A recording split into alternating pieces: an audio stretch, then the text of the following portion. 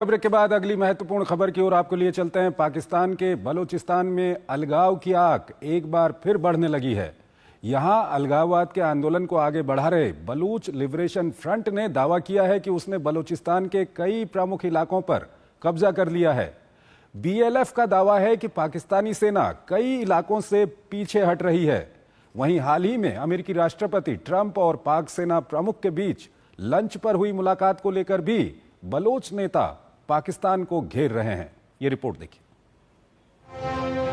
पिछले कुछ वर्षों में बलूचिस्तान के लोग अपनी आजादी के लिए इतिहास के उन पन्नों को पलट रहे हैं जिसे पाकिस्तानी शासकों ने अब तक दबा कर रखा था। इसलिए बलूचिस्तान में कई विद्रोही संगठनों ने पाकिस्तान के अलग अलग सूबों में बगावत की आवाज बुलंद कर रखी है।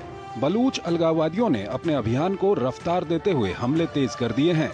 हाल के दिनों में ये हमला इतना भीषण होता है कि पाकिस्तानी सैनिक बलूचों के नाम से कांपने लगे हैं। बलूच कार्यकर्ताओं ने तो यहाँ तक दावा करना शुरू कर दिया है कि पाकिस्तानी सेना अब सिर्फ क्वेटा तक ही सिमट कर रह गई है। पिछले 2 दिनों में बलूच लिबरेशन फ्रंट यानी बीएलएफ ने अपने हमले को धार देते हुए कई सरकारी ठिकानों पर कब्जा करके आग लगा दी और हथियार भी लूट लिए। बीएलएफ प्रवक्ता ने दावा करते हुए कहा कि उसके लड़ाकों ने शनिवार को मस्तुंग जिले के करदगप शहर में एक बड़ा ऑपरेशन चलाया। ऑपरेशन के बाद बीएलएफ के लड़ाकों ने करदगप मांगचुर लिंक रोड पर अस्थायी चौकियां स्थापित करते हुए जांच के दौरान 3 बाहरी लोगों को गिरफ्तार करने का दावा किया। समूह का दावा है कि उन्होंने आधी रात तक सड़क पर नियंत्रण बनाए रखा। 5 घंटे की नाकेबंदी के दौरान पाकिस्तानी सुरक्षा बलों का कोई अता पता नहीं था।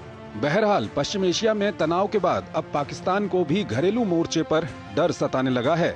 आर्थिक रूप से बदहाल पाकिस्तान ने पहले चीन के साथ बलूचिस्तान में मौजूद खनिजों का सौदा किया, लेकिन चीनी कर्मचारियों पर जब विद्रोहियों के हमले बढ़ने लगे तो बीजिंग ने सरकार को दरकिनार करते हुए सीधी बातचीत का सहारा लिया। इससे चीन पर विद्रोहियों के हमले तो कम हो गए, लेकिन पाकिस्तानी सुरक्षा बलों की मुसीबत बढ़ गई।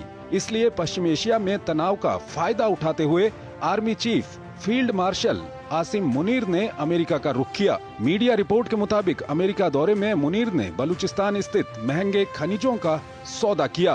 पाकिस्तान के मंत्री का नेशनल असेंबली में दिया बयान भी सरकार को कटघरे में खड़ा करने के लिए काफी है, जहां उन्होंने कहा कि मुनीर की अमेरिका यात्रा का असली मकसद बलूचिस्तान के खनिज संसाधनों का सौदा करना था। हालांकि पाकिस्तान सरकार अब भी इसे रणनीतिक वार्ता बता रही है, लेकिन विपक्ष और मीर यार बलोच जैसे नेताओं ने इसे एक छिपी हुई सौदेबाजी करार देते हुए पाकिस्तान और अमेरिका पर निशाना साधा है। दरअसल पिछले कुछ महीनों में पाकिस्तान ने बलूचिस्तान में बड़े पैमाने